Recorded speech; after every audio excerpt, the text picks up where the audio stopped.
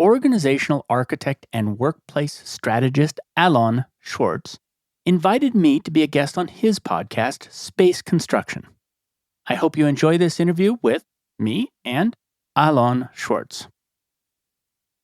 Sometimes we meet someone who knows how to accurately transcribe what we think. Sometimes we come across someone who succeeds in promoting and implementing a concept that in your head was only at the beginning of its path, but he is already up the path. So today in the chapter, there is such a wonderful example. The man's name is Dart Lindsley, and his approach to the world of work and his ideas regarding the treatment of employees managed to sort out the big picture for me and give solutions to the problems that accompany me every day when thinking about organizations.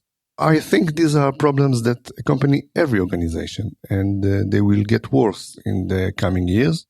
So I hope you enjoy. Hello, Dart. How are you? Great. Thank you so much for having me on the show. It's really nice having you here. I'm really honored. Before you entered the virtual room, I said some stuff about you to my listeners. And one of the things that I said is that you work as an organizational architect. And if I remember correctly, you mentioned that working as an organizational architect let you see other aspects of the organization as a sort of outsider. So first, if you can tell my listeners, I'm not sure they all know what is an organizational architect. And then about the point of view. Yes. My title is business architect. The job of a business architect is to help a company plan a transformation. And so a large transformation, like you're going into a new market, you have a new route to market, something big. And it's a transformation that's going to affect an entire company. In order to understand the company well enough to plan and orchestrate that transformation and to know what capabilities need to be created in what order, we develop models of how the whole company fits together.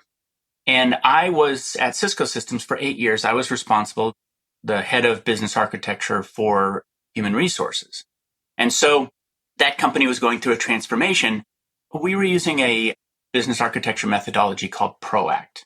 And ProAct comes with pre-existing models because they've been in hundreds of companies and they bring those pre-existing models. Well, an interesting thing was nobody'd ever built out the models for human resources. And that's because, human resources is sort of an afterthought in a lot of functions, but it wasn't at Cisco Systems. And so my team and I got to build out the models, and it forced us to stand so far back from the local paradigm of human resources and management that we stepped right out of the traditional frame. And we could see how management fits into the business. And so the way that these models work is that they keep track of how value flows through different work functions and how data flow through different work functions. That's what they do. And so it's all about connectedness, because if you change one part of a company as part of a transformation, well, what are all the connected things that need to change? When you're looking at a company that's in 180 countries and, is a Fortune 50 company, what has to change? But one moment, you said before that the model didn't suited the HR, and now you're saying that he deals with the way data transforms in the organization. How data transforms if it's not through people? Well, the way these models think is basically they break the company down into categories of work. And people definitely do that work, but so do a lot of other capabilities. Systems help to do that work, processes, policies, accountability structures help to do that work, and business architecture considers all of them. So I asked about the point of view, the way you look at different on organizations. What happened as we were developing these models, it began to be clear when looking from a business architecture perspective that employees who have traditionally been treated as entirely as an input to production. And so by that, what I mean, in fact, the business school term is a factor of production, which is it's something that needs to be brought into the company and then transformed to create something for an end customer. And although the models showed that in some ways, they also showed that employees were outside of the company as customers. When you're working in a space and you find something that does not align to the dominant paradigm, so you find something that just doesn't match your mental models, the first thing you think is, this is going to be a lot of trouble. I mean, you don't dive into it right away. And so I let that sit on a back burner. But as other kinds of evidence started to pile up, I realized that actually that is an accurate description of how companies actually function. And so let me describe the fundamental change that this represents. If employees are customers, then all businesses are multi-sided, which means that they have two customers, both of whom need to be satisfied in order to satisfy the other customer. And there's thousands of different kinds of multi-sided businesses. Uber is multi-sided with drivers and riders, and Airbnb and savings and loans, and every ad-based media company in the world has advertisers and readers. And so this is a very common model. It's just nobody had ever seen it from the perspective to realize that employees are actually customers of a multi-sided business. And so let's sort of track the nature of the changes that crystallize once you realize that. So first of all, if employees are customers, what are they buying? And the answer is they're buying the experience of work. And if the product, and I say buy, but the truth is the right word is subscribe. So employees are subscribing to a product and a service, which is the experience of work. And if work is a product, then we can start to ask and apply the tools of product marketing and product design to make work better. And so I've been pursuing that for the last 8 years, really, which is what happens when we start to look at the work as a product. And that's what my podcast is about. It's called Work for Humans. And a part of the reason it's called Work for Humans is that the traditional model is all about finding humans for work. It starts from the human, and it's how are we going to get them to be productive? And this flips it and says companies are also providing work for humans. So that's the really fundamental difference. I understand, but I'm not sure that it's so trivial. I mean, it's not trivial. you said it. You said it like, workers are customers. I'm not sure that the common listener will understand what do you mean when you're saying that a worker is a customer. A customer is always right. There is this saying, and I'm not sure that a worker is always right. I'm not sure that he is not paying for getting the work or the work experience. In what way is he a customer? I'm so glad you asked that question. Almost nobody ever asks me that question. I think it's an important fundamental question. First of all, the word customer definitely triggers some ideas that make people want to resist this concept. And it's interesting because one of the people I interviewed on the podcast is the person who put the math behind multi-sided businesses. They call both sides of a multi-sided business users because they get wrapped around the problem of what really is a customer. But let me say, the reason that it's hard for us to think of it this way is that we've forgotten what customers are. We forgot why we care about them. What we've done is we've said, I know who the customer is. The customer is the person I meet at the cash register who has money. But if you look back into the history of the word customer, and actually I would love to do this across every language, but in English, the word customer comes from the word custom, which is these are people whose habit it is to frequent your shop. And that habit is fairly fragile. And it's something where if you don't keep their habit of visiting your shop, you're going to lose their custom, their money. And so why do we care if we lose the custom of people who visit our shop? It's because they provide an input. They exchange value for the service we provide them. What kind of value? It's the kind of value that if we don't get it, our company can't survive. So it's survival value. That's what we need from that customer. And so what's important there is that I've pointed out that instead of looking at the money that's exchanged, look at the value that's exchanged. There are two things that make a customer.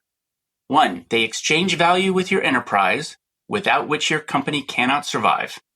And they are free not to.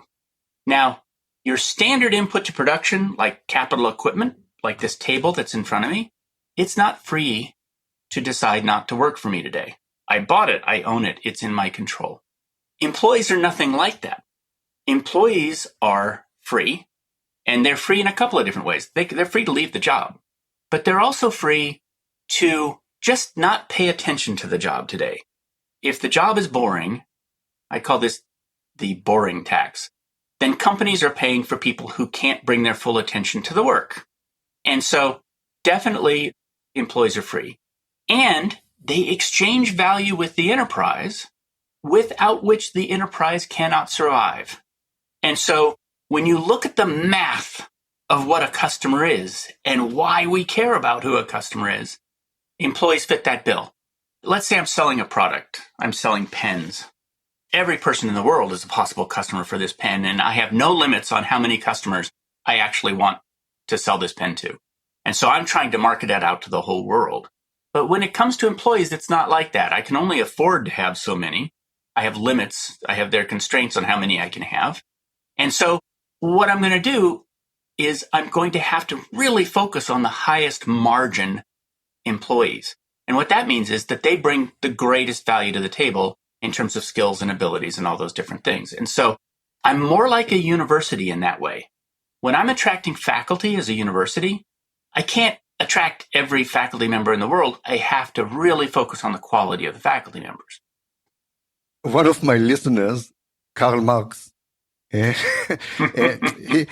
not sure he will agree with you about the freedom of the worker. I mean, definitely every worker can resign and he can go and find himself another job. But I guess that being some years in the market, you understand that it's not so simple, and it's definitely not so simple in every industry. I mean. I guess that in industrial workers or plain workers have less opportunities or less freedom when it comes to the job they are choosing. That's a good point. I'm from Silicon Valley. And in Silicon Valley, this is a real issue, which is that people hold jobs until the second they are not happy. And then they are in hot demand and they go every place else. So on the one hand, when it comes to actually moving jobs, that's true. On the other hand, when it comes to simply not paying attention to a job, anybody can do that.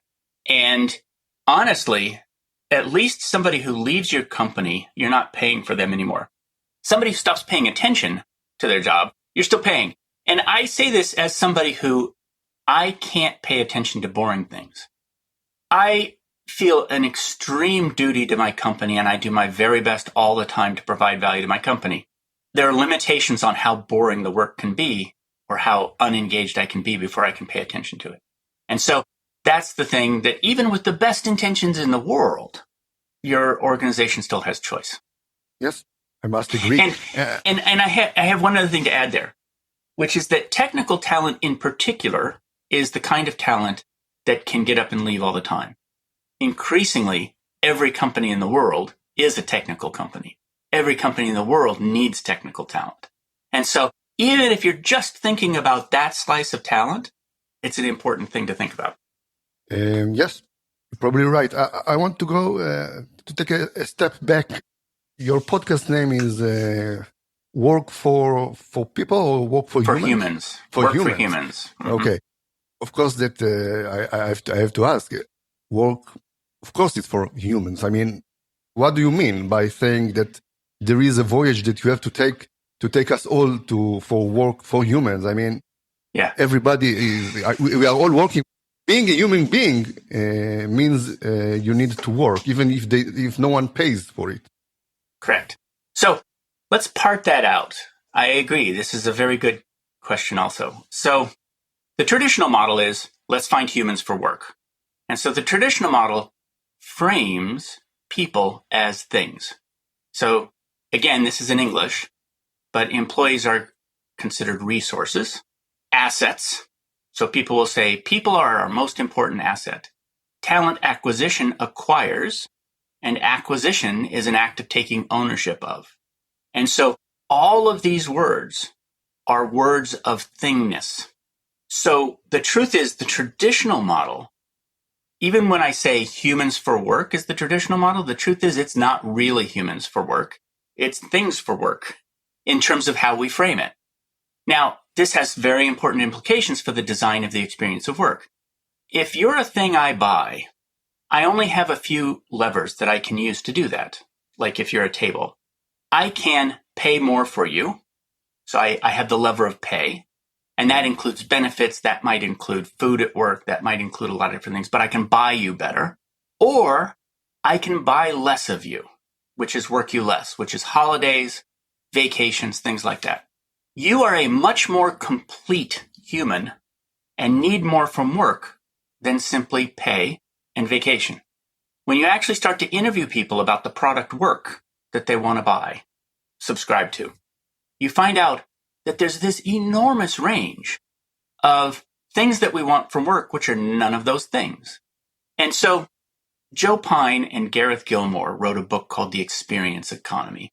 And in it, they pointed out that there's a progression of economic value in the economy that moves from goods, and I'll use as an example a coffee bean, to products, which is ground coffee, to services, which is somebody actually brews the coffee for you and gives it to you, to experiences, which is a really nice coffee shop with the whole, and then all the way out to transformation. Well, all economies, according to them, move farther and farther out on that trajectory. And the reason is the margins are higher, and because you can compete better. And the reason that the margins are higher is that a coffee bean is just a coffee bean. It's a commodity. But a coffee shop can be differentiated, and it can be something. Well, work has gone the same path. Maybe one time, maybe 100 years ago, all people wanted from work was, I want the coffee bean, just give me the pay. But over time, when you actually ask people what they want from work, and this is what I've been doing, is asking them, you find that the whole human need for work is much larger than the pay and benefits and time off.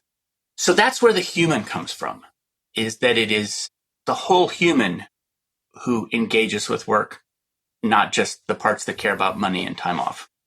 Okay, it's interesting because a while ago, a study was published in Israel, not long ago, and claimed that for the majority of employees, job satisfaction is gained by several factors which are not the factors that you mentioned. It says that relationship in workplace, salary, job security, I think those are mentioned. I'll tell you why. Yes. Think about how those surveys are done. They set up a set of categories that they want to ask people about. These categories are very broad. They send out the survey and they look at the ones that most people say are important to them. Well, if you have a population that all share in common the need for pay, because everybody who works shares in common the need for pay, Yes. That's going to show up really high. Pay is commoditized. The dollar that one company gives me is identical to the dollar that another company gives me. So that's a commodity. But as you dig deeper into what people want and go up into the experience, it diversifies. People want lots of different kinds of experiences from work. And I've been interviewing people about that. I use marketing questions to ask people about work. And the main question I use is, what job do you hire your job to do for you? Now, this is job to be done theory, which was popularized by Clayton Christensen at Harvard. And job to be done theory says, if you really want to design a good product, ask people what they want to use it for, what they want to get out of it. Well, I've been doing that. And here are some of the diverse answers I get. Some of them you're going to just predict, which is that everyone agrees that pay is important. But if you ask them why pay is important, they'll say different reasons for why. Some, I need to protect my family. I need to take care of my family. Very common answer. I need money to buy other experiences besides work. I need money to keep score on how I'm doing against my peers. People say, I hire my job to learn. Again, what you'd expect. But you get farther and farther away from the most, which these are things that are shared in common, right? So you're going to see them in a survey. They're going to show up a lot. But if I'm designing work for you, I'm not designing work for the average person. I'm designing work for Alon. So I need to think about what you specifically want. Well, some people say, I hire my job to solve puzzles. And a company for me is essentially a provider of puzzles. I hire my job to pay my debts. And the first time somebody said that to me, I thought they meant their school debts, their student loans. But the answer was no. My parents and my grandparents worked to put me into a position to go to college, and I owe them my success. Some people say, one person said, I hire my job, and I tell this story a lot. I hire my job to pretend. And I say, what do you mean you hire your job to pretend? He says, I like to go to work, he said, and I like to pretend to be a vice president. And I said to him, you are a vice president. You're a vice president at a Fortune 50 company. What are you talking about? And he says, no, I'm not a vice president. He said, I'm a jazz musician. He said, I spent my 20s and early 30s as a jazz musician, and I learned to love the stage. And so what I like to do is I like to get dressed up in my vice president costume, and I like to go and I like to have the lights and I like to have the microphone. And he says, I hire my company for an adoring audience. Other people have said, I hire my job to find a worthy opponent for me. They like to compete head to head. And some people hire their job, when you ask them, to escape their home life. And sometimes they say, I've got toddlers at home. They're driving me crazy. If I step on another Lego barefoot, I'm going to scream. Sometimes they say, I don't need to get out of the house, but my spouse needs me to get out of the house. People hire their job to tidy messes. People hire their job to build things. And all they want is give me a workshop, give me the tools, give me the supplies, tell me what you want to build, and I'm happy. And so as you look at these are all very discrete experiences. Let's take the one of being on stage. Somebody who loves to solve puzzles may hate being on stage. And somebody who loves being on stage may hate to solve puzzles. Now, let's think of a company as an economy of value of work. So now work is something that has value that's flowing to employees. That economy has never been optimized. So let's take my team. I tend to hire teams of puzzle solvers because I'm an analyst. And what I ask them when they're coming to my team is, what do they like to do? And they like to say, I like to figure out how the world works. And I like to figure out how to make it work better. That's what they love to do. Well, not all puzzles are the same. Now let's talk about the role of a manager. Before diving into the solution, I want to ask another question on behalf of this listener, that Karl Marx again. I'm sorry. No, I'm pleased he's a listener. I'd like to talk to him. Me too, by the way. He only sends me things he wrote. I don't know why. He talked about the problem of alienation in work. When people are commodities, they need to be aligned to themselves and to the work they are doing. And what you are saying now, if I understand correctly, is you want to cancel the alienation. You say, no more. I want people to be connected to what they are doing and to do it with passion, to do it with love, and to do it because it's connected to their own being. And first, I find it amazing. And second, I think there is another problem. When we are speaking about experiences in organizations, every HR will tell you that they have a lot of experiences there. I mean, they have yoga classes, they have all sorts of sports, they have all sorts of vacations, and just name it. It's all working experiences, aren't they? I'm mentioning it because I think that what those experiences doesn't do is they don't take the alienation out of the workers. I mean, it's still working in aligned companies. Yes. What I call yoga and snacks and things like that, that's the wrapper work comes in. We've gotten good at the packaging that work comes in. And that's because it's easier. We can make a nice building. We know how to do that. We often don't, but we can. We can do all those things. It's not the work itself. And so what I'm really talking about is, and this, by the way, and when I interview people about what they want from work, it's not leisure. Nobody ever says snacks. Nobody ever says yoga. What they say is, I want quality work. It's the experience of the work that we need to be conscious of. And I want to point something out here, which is it's very inexpensive to simply be mindful about the kind of work people want to do and try to get that work to them. I mean, the thing about salary as the main lever, there's two things about it that are bad. One of the things is sometimes people talk to me and they say, well, come on, you work for Google. You have tons of money. You can think about these sorts of things. Allocating work with attention to what people care about is inexpensive. And if it comes down to competing on money, do you want to compete against Apple on money? Do you want to compete against Facebook on money? That's not a competition you want to have.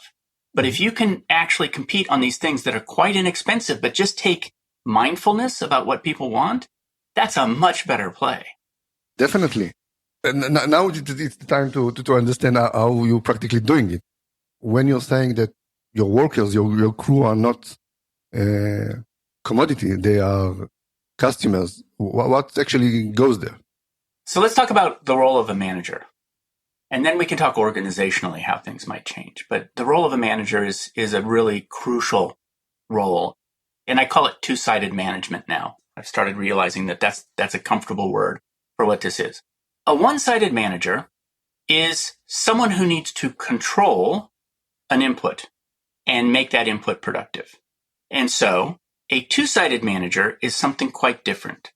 First of all, they're a broker. They are brokering between two sets of demands. One is the needs of the workforce, and the other one is the needs of the customer, the traditional customer. And what they're doing is they are making sure that they are the pivot point between the two sides of a multi-sided market. And how they manage the optimization of that brokerage is really, really important. And so one of the things that means is that a manager's job is in part, and a company's job is in part, to win the kind of work that the teams want to do. So let's take example my team. I have a team of internal consultants. And so my job is to win 2/3 more work than we can actually do. And that's because that gives us room to pick and choose which of the work that comes in we actually do. And we can pick it based upon what we want to do. And we definitely care about how important it is to the company. But if you get 2/3 of stuff that's important to the company, you can pick and choose. It's also my job to target markets for work inside the company that are the markets that my team wants to subscribe to work from. So that's one job. The second job of a broker is to allocate work with attention. Now, there's a tool that I use and that others are starting to use. It's called the bubble chart. And here's how it works. On a monthly basis, we collect information from the team. And the information that comes in, we ask how much of your attention is going to the different kinds of work that are in our organization. I don't care about hours. I'm going to track that someplace else. I want to know what the team is paying attention to. Each bubble for my team represents a project that we've been allocated to. The size of the bubble is how much attention is going to it. The x-axis is business value. So the farther to the right it is, the more business value there is. The y-axis is core to mission, which is my team doing work that it is uniquely qualified to do? Another way to say that is, are we doing the highest margin kind of work for the company? If I have a team of specialists and we're being asked to do generalist work, that's not core to mission. That's not high margin for the company. We're too expensive to do that. So we're trying to get high and to the right with the bubbles. Who decides it? You decided? The team. The team I work with the team. I work with the team to decide. Not the company. The CEO can come and say, I'm sorry, but you're definitely wrong. Oh, we would definitely listen. We would definitely listen. But It's important that the team itself, every member of the team understand, this is a part of de-alienation, I think, is understand why what we're doing is important to the company and how we define that. And it's also important for us to define how we are going to know when we're doing something core to mission. What are we for? What's our purpose inside the organization? But the third dimension, it's actually the fourth dimension, is the color of the bubbles. Okay. And what that represents is how rewarding is the work to you right now. And so we pull this on a monthly basis. And what you're looking for a bubble chart that has big bubbles high and to the right, and they're all green. But that's not the way it usually ends up. They usually end up scattered, and some of them are yellow or red. And when that happens, we as a team say, what can we do about the fact that that work just went yellow? And so sometimes it's a simple example. One person, their project went yellow because they were working with a team that was outside of their time zone, and it was disrupting breakfast with their kids. And they were responsible for the breakfast for the kids. Well, so somebody on my team from Singapore said, oh, I can take that work. That's just in my time zone. They swapped projects and everything went green. It's super simple, right? And free. Everybody won in that particular story. Sometimes it's a lot more serious. Sometimes one person, their bubble went red because they were being bullied by the client. And that was a case where I had to step in. I had to say to the client, you can't behave that way. And I started attending the meetings to make sure that they did. So that was a simple one. It turned that particular project green. But often I had a team where the bubbles were yellow because we were a team of analysts and they were creatives. And they wanted something that was more than numbers. They wanted something that was more than math. And so we said, what market could we go into inside the company to win the kind of work that you might love? And that's also adjacent to what is actually our job. And so what we did is we stood up a new service, which was employee experience design. And that employee experience design function started winning work. We just put up a sign that said we had that service, even though we didn't. We saw if there was a market internally for it, started winning the work, and then we built out that practice. I have 100 stories like this, where once you become aware of it, you can optimize the economy. I'm not sure that I understood in what way the work is doing for your workers is reflected in the bubble chart or in the daily life. You said they are all problem solvers or crosswords or something like that. In what way it reflects in the everyday work? So here's a couple of examples in there. So first of all, the way we collect it is we ask monthly, how rewarding is that work for you right now? But an example is I had 2 puzzle solvers on my team. And I'll tell you why I said that sentence wrong. I'm not trying to categorize people. I'm trying to understand the attributes of the work they want to consume. And so I shouldn't say puzzle solvers as if it's a type of person. I should say puzzle solving work, and then that's something that they want to consume. Yeah. They are puzzle consumers. They are puzzle consumers, exactly. Like I drive 2 cars. I drive a 4-wheel drive truck and I drive a sedan. That's because I have 2 jobs to get done with my cars. I'm not a truck driver kind of person. I just have a job to do. But that said, these are people who, for fun on the weekends, like one of them takes the graduate record exam logic test. They keep the booklet next to them at breakfast, and they like to take the logic tests. And another one likes to do the crossword every weekend. And so once I have that subtle understanding of their different interests, which is that the one who likes to do the logic problems actually likes big, greenfield, open-ended, nobody's ever solved it before, world hunger kind of problems. The other one likes Rubik's Cubes, financial, number-driven, small, but hard math problems. Well, I can be aware of that, and I can allocate it to them. By the way, how do you know it? So, I mean, when did you ask them? Or when they were recruited, it was something that you tried to ask? So, there's 2 needs-finding exercises that a manager needs to do. And one needs-finding exercise is, what does the customer want from my team? What does the client want from my team? And that, we use Net Promoter Score for that. And we use a lot of things. We're constantly collecting data because we want to win more work than we can consume. There's another needs-finding exercise. And that needs-finding exercise, you're right, it does start during the recruiting process. But the way I run it, it's essentially a market research conversation with each team member to ask them what kind of work they want to consume. And I use jobs to be done theory a lot.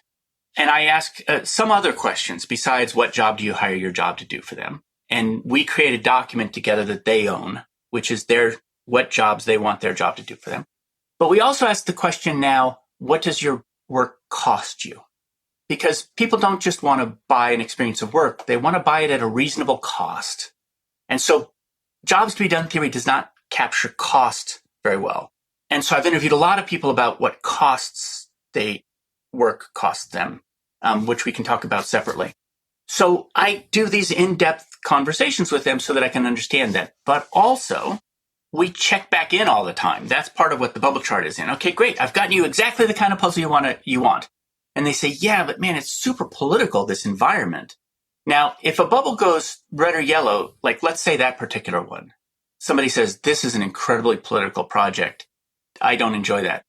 This other manager that I work with, what she does at that point is she says, well, let's talk about why politics, you don't like them. Maybe this is an area of growth for you. Maybe this is something that you could learn to love if we just gave you the tools to deal with politics. And so it's not just, oh, we're going to change your work. Sometimes it's, oh, why does that particular kind of a situation create that experience in you? Can we help you to get better at that? But needs finding is very, very important. And now after you're doing it for... Can I say one thing about the recruit? Yes, definitely.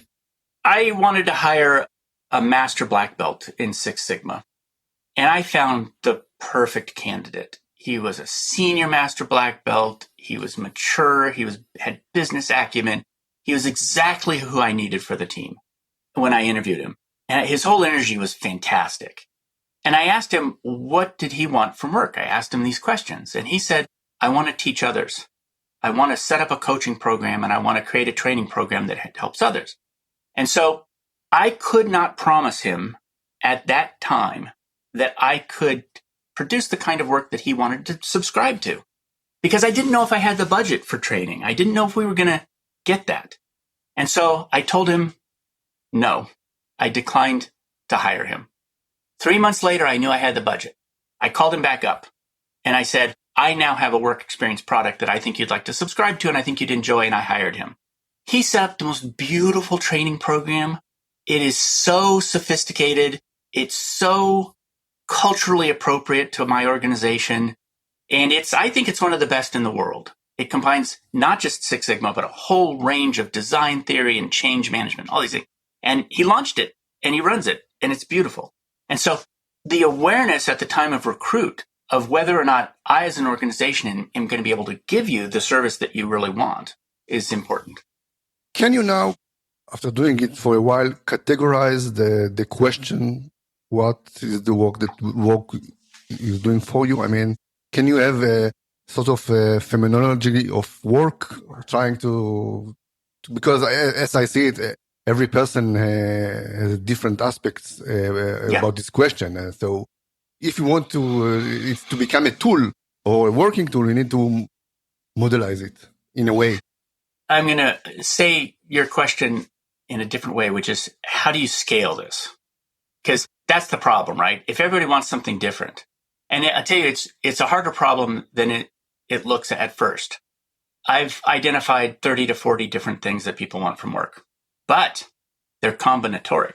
Think of them as features on your car. How many features are there on your car? Your car has a cup holder, it has a speedometer, it's got all these different things. So there's a couple of different things there. The way you scale this, when people say, how can I possibly scale that much variation in what people want? And the answer is, you've already got the workforce in place to scale it. It's management. So each manager has few enough people on their team that they can become intimate with those customers and understand what they really want. So that's one thing. Then there's something much more structural. And this is where we start to talk about the organizational changes, which is there are some things that are out of control of the manager that are more environmental. And an example might be, what's our hybrid work policy? What's our remote policy? How are we going to manage that? What's our internal transfer policy? What should it be? Well, the internal transfer policy in my model should be people should be able to move when they need to, when they want to, because we're trying to get them to the work that they really want to consume. Well, those are things that are above and beyond what a manager can control. And today, we always err on the side of how are we going to make this input to production productive, and we ignore a lot of the rest. So organizationally, there needs to be a function that is essentially looks just like any product or service function, which is responsible for marketing, by which I mean, I use Levitt's understanding of the word marketing, which is sales gets rid of stuff you have. Marketing makes sure you have stuff that sales can get rid of. And so this team, this work experience design team, may be independent from HR or it may be part of HR, and it needs to report very high in the organization. It needs to report to the CEO or one down from the CEO, and it's responsible for making sure that that product at the macro scale can satisfy the diversity of needs of the organization. And so when we went to hybrid work, one of the things people said, executives said, is, we've invested an enormous amount of money in our physical plant. We've invested an enormous amount of money in real estate, and we've worked really hard to create a differentiated experience for employees in that real estate. And their feeling was that they were losing their differentiator and that they had this sunk cost that they really felt bad about. And my response to them was, if you're a big enough company and you're selling a product, you have a product line. Toyota has Camrys and it has trucks, and it can afford to do that. And if it didn't, it wouldn't be addressing its entire market if it didn't do that. Well, companies can think about having a product line as well in terms of the work experience product. And they can say to themselves, we're going to have a remote work experience product. It's going to be world class. Just the same way Toyota says, we're going to build a truck. It's not like we're a sedan company and we're going to build sort of bad trucks. No, we're going to build the best truck in the world that we possibly can. We're going to build the best sedan we possibly can for the markets that we want to address. And that's the way companies would think. And they would set up the kinds of policies and the kinds of processes and the kinds of skills in the organization. For one thing, this group would be responsible for training managers how to do things like run the bubble chart and how to be a multi-sided manager, a two-sided manager. So they'd have that kind of responsibility. First, it's very interesting. And second, I'm not sure that I'm taking our conversation to elsewhere. I mean, I think that the AI transformation that we are in the middle of right now is not really connected to what you're saying, because the way you talked about the managers, the freedom that is needed for the workers and from them. I mean, they need to know what they want. They need to say, I want to do X, I want to do Z. This is what I like to do. And I think that the Waze way tells us something else, tells us, you don't know the way from A to B. I know the way from A to B. If you want to know what is the right answer, you need to ask AI. You as a person doesn't know the right answer.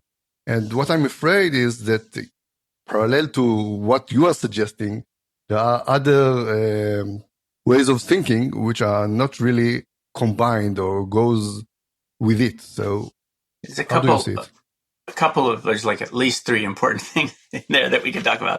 One of them is, first of all, everybody's very excited about AI. If we use these power tools to empower the wrong business model, it's still not going to work. So that's one thing, just to say right off the bat. The second thing is, in other words, what we're going to do with AI, and we're already doing it, is we're going to use it as a power tool to treat people like things better, right? As opposed to really thinking about it. An example of Waze is Waze has an answer that works for everybody and treats everybody the same. And what we're trying to do here is trying to recognize the differences of people and treat them differently. In fact, that's where the whole optimization of this market works. The other way to look at AI, which I think is very important, is what's it going to do to the experience of work?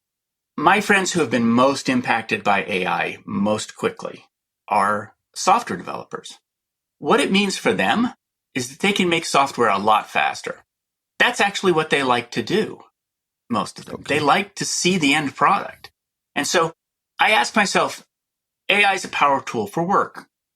Right above me here where I'm sitting, there's a wooden kayak that I built out of mahogany. It's this beautiful object.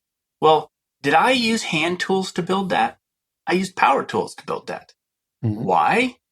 Because the experience of making that kayak that I most love, like one of them, let's just take one, is I like the moment where I've sanded it all down and it's all white and dusty. And then I apply the epoxy and all of a sudden the grain shines through. It's this beautiful color comes through. Would that have been a different experience if I sanded it by hand? I don't think so. That moment for me, I use a power sander. And AI is going to be like that for the experience of work. People are going to use it to do the stuff to get faster to the moments that they love. So I think that's another effect. And then the third thing I'll say about AI, I do believe that AI could play a role in helping us to predict the kind of work in our organizations that people are going to love. So let's say I could collect data from you in some way, and then I could ask you a year after hire how you feel about your job. And you could tell me. I could start to correlate that in such a way that I could potentially make those matches better. And in fact, it may be so complex that it's hard for humans to do it. It may be that the data may not be available. But if the data are available, the data may be so complex that maybe an AI would be better at it. Okay, interesting. We are running out of time. So one last question. You started this voyage of work for humans. How do you see it go bigger, or what is the next step for it as you see it? It turns out that the bubble chart is the thing that people want. I like big ideas, and I like the big idea, and I love how everything fits together, and I love to tell people that, and that's like the thing I love most. But the truth is, people need tactics to enable it. And so what I'm now doing is I'm writing a manual and plan to offer the bubble chart for free. But you need to read the book because you need to read the manual. And so that seems to be, because when I give a talk and I talk about everything that we just talked about, what people come to me after the show and say, that bubble chart thing, can I buy that? Do you have that? Can I? And so what I want to do with that is I want to use it as a way to bring people through an education path that's going to help them to actually enact this. And that's the very next step. I also have been building a pattern language for the experience of work. What makes a great puzzle? What makes a great stage experience? What are the design attributes of those things? I'm not sure there's a market for that. There's a market for the bubble chart. I will buy it. Good. Thank you. I'll tell the publisher. I say, look, I've got a customer for this. Telling me and Karl Marx. Yeah. No, I'm going to get a blurb on the back of the book from Karl Marx. So You'll have to connect me. Thank you very much, Dart. It was fascinating for me, and I think that my listeners will think so too. So thank you very much. Thank you. Bye-bye. All right. Bye. After a conversation, do you ever think of that witty comment that you could have made if you'd just been quicker on your feet? The French call that the wish at the bottom of the stair. And I have 2 such wishes at the bottom of the stair, and I'm lucky to get to add them here. So, first of all, Alon asked me how it's possible that the ProAct business architecture models had overlooked human resources. He points out, people do the work. And I responded that it hadn't forgotten it entirely because each category of work in these models that ProAct uses is made up of people, as well as process, technology, accountability structures, and other things. And that's all true. But what I failed to mention is that the categories of work that make up HR, that's what had never been modeled. So how things like recruiting, onboarding, compensation, performance management fit into the rest of the business. That's what my team and I built out, is those parts of the model. The second wish at the bottom of the stair I have is Alon challenged the idea that workers are really as free to change jobs as I say they are. And I responded basically, well, maybe not everybody, but technical talent certainly does have choice. But really, there's ample evidence that everyone does. In the United States, in 2022, 50 million people quit voluntarily. And they were from every industry: food services, hospitality, healthcare, real estate, mining, and logging and construction. They were not just technical workers. So while it may still be true that workers can't stop working entirely, they can't afford to in the long run, they certainly seem free to stop working for any particular company. All right, thank you for listening today. As always, please do subscribe to Work for Humans wherever you listen to podcasts. Thank you, Alon Schwartz, for the great questions and for letting Work for Humans repost your content. We have links to Alon's contact information in the notes section below. Thanks for joining me for another episode of Work for Humans. If you enjoyed this episode, please give us a 5-star rating wherever you listen to podcasts. And share the show with one person you think would get value from it. Believe it or not, this really helps us grow the show and reach more people who want to build the kind of work that people really want. As always, thank you to my producer, Jason Ames at Ninth Path Audio for his insights into content and his high standard for quality. Final note, the opinions shared here are my own and not the views of Google or Cisco Systems. Thanks again for listening. See you next time.